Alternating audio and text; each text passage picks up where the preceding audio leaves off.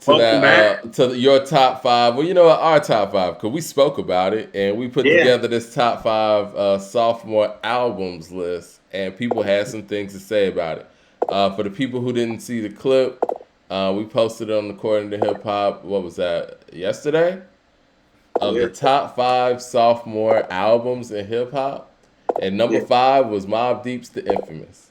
Number four was Ice Cube's Death Certificate. Number three was Life After Death. Number two was The Low End Theory from A Tribe Called Quest. And number one was It Takes a Nation of Millions to Hold Us Back. Um, a lot of people had a lot of comments. One of Lot. the comments that I saw the most was, "Where is it was written?" Right, And my first, when we discussed this, my biggest hang up was the fact that the score and Supreme Clientele weren't on there. right. But see, the thing is, and I do think the score is probably the biggest sophomore jump ever. We were just talking about T.I.'s sophomore jump, which I think is a big one too. But I think that this list, arguably, these are these artists' best albums. At their sophomore effort, they made their best album. And I don't care what any of y'all say out there. I respect it was written. He's spitting like crazy. It's not better than Illmatic. And I hate to, bring Illmatic into the conversation, but if we're talking about sophomore efforts, I got to give a kudos to the people who stepped it up from their first effort. So, Mike, you said something very, very important about the five that we chose. Well, this is everybody that we chose in this top five. This is their best project. Yeah. And because it's their best project, the impact of these projects loom large, and that's why it got chosen. Because it's their best work, the impact of them is stronger. Now, It Was Written is lyrically, only thing on here that's even comparable is Life After Death, okay? And I love It Was Written. And of all the other classic second albums that I've listed, the only album that's even lyrically close to It Was Written that I could find was, of course, Follow the Leader by Rakim, and maybe Hell Hath No Fury by the Clips on a good day, Mike, lyrically. So It Was Written, and Liquid Swords, I'm sorry. Yeah. So That strong. was the bigger one. Now, if people having a problem with Liquid Swords, I'm like, that's No, tough. you know how I feel about Liquid Swords. And so if you wanted to argue about Liquid Swords because it is the Jizz's best project, then I'd say yes, but here's why it's not in there. Does Liquid Swords have the impact of the infamous Death Certificate, Life After Death, The Low End Theory, It Takes a Nation of Millions? No. As somebody that loves lyricists, love MCs, love the Jizza, swears by Liquid Swords, the answer is no. And it's the same thing was It Was Written. Mike, it's the same thing with Follow the Leader. Is Mike, Yeah. it's not paid in full. It's not his best effort. No. It was written. It's not Terminator Illmatic. 2 is bringing up Resurrection. Listen, Common's Resurrection. That's not even Common's best effort, but it was an amazing jump, though. Just like trap music, it was an amazing jump. So Hold on, it so was we a comment that I was seeing that I did. Oh, 2001. It's okay. not So Dr. Mike, Dre's sophomore album. I'm sorry, man. We're not gonna sit here and act like the Aftermath album didn't happen.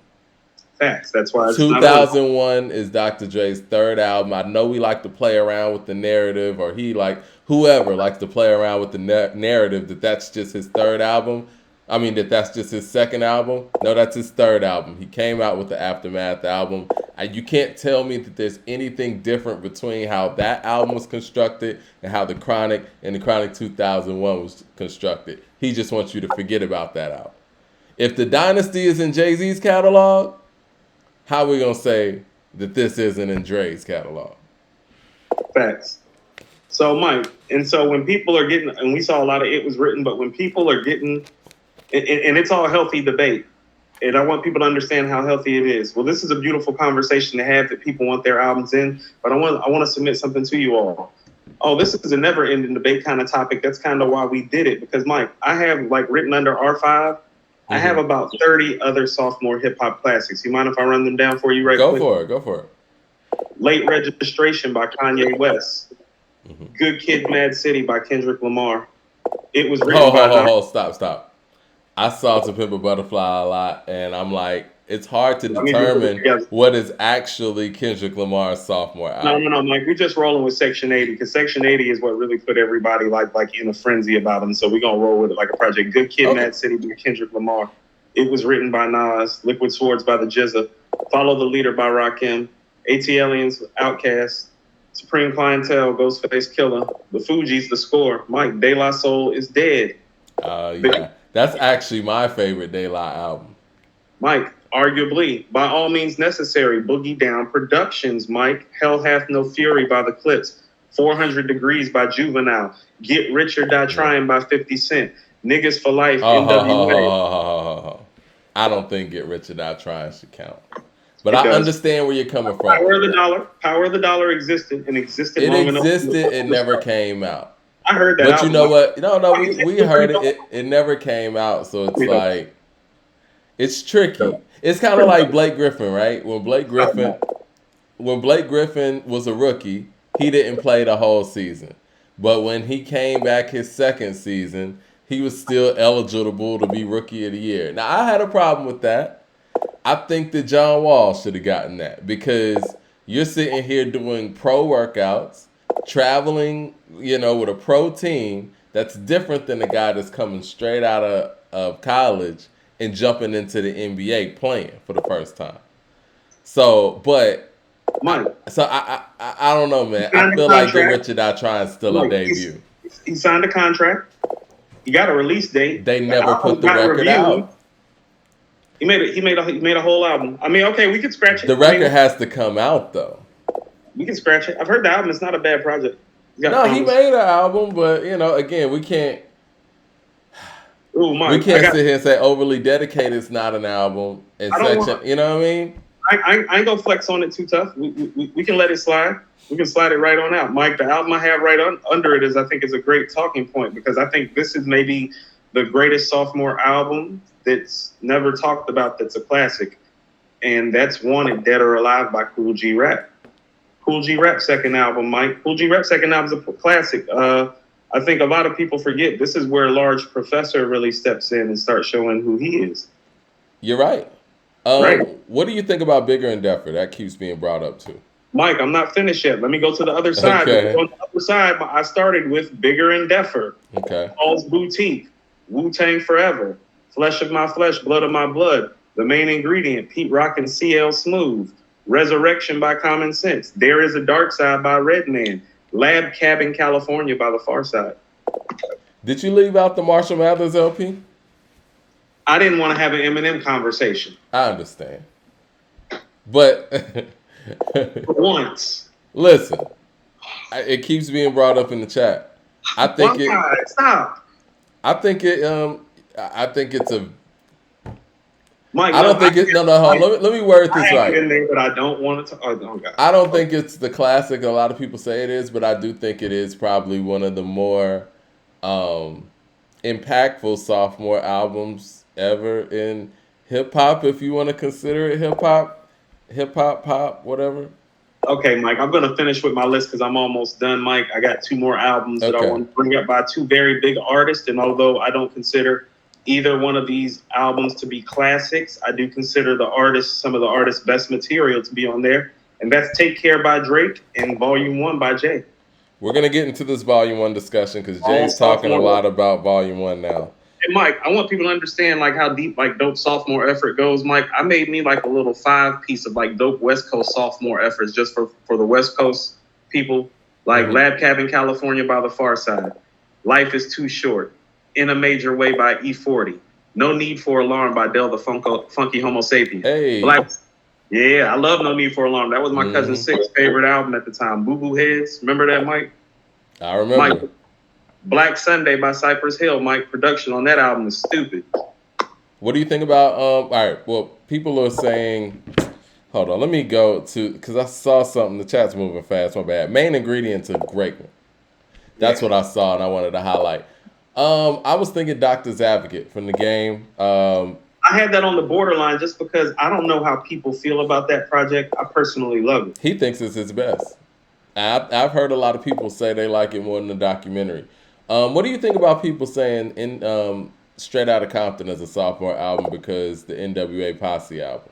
I had a whole conversation with dude in the chat about that yesterday, and he's like, "But all the core members are there, and some of the core songs are there." And I'm like, "Yeah, but there's like whole other compilations of people there too. That's not the NWA we know." And some of Got them niggas like songs that. got carried over to Straight Outta Compton. So that's why I'm And saying so I it's think not like it's a whole new album. You know what I mean? It's almost like we recorded a couple songs. Now we got to finish this album.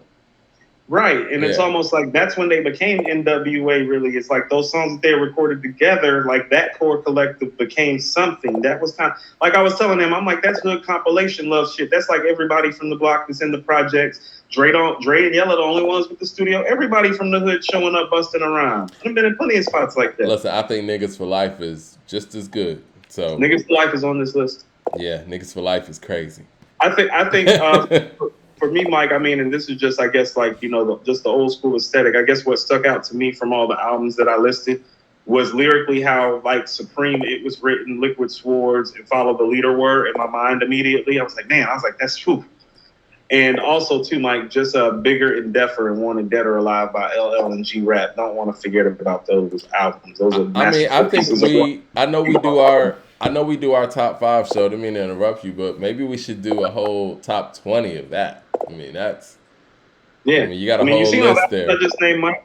I mean, I left off some stuff too, Mike. You can go Firing Squad, MOP, Jealous Ones, Envy, Fat Joe. Mike, one of your personal favorites, Sean Price, Jesus Christ Superstar. Yeah. Love Sean Price, man. I do think that the Infamous is just one of those That's a special moments, man. And again, I think that for me, the way we put together the list, it was hard not to put the score on there because they're so much better on the score than they were on Blunted on Reality. They became an all-time, talent-wise, they became an all-time great group. They went from being an average group to being an all-time great group in one jump. So hold on. So let's have an all-time great potential. Can I say it like that?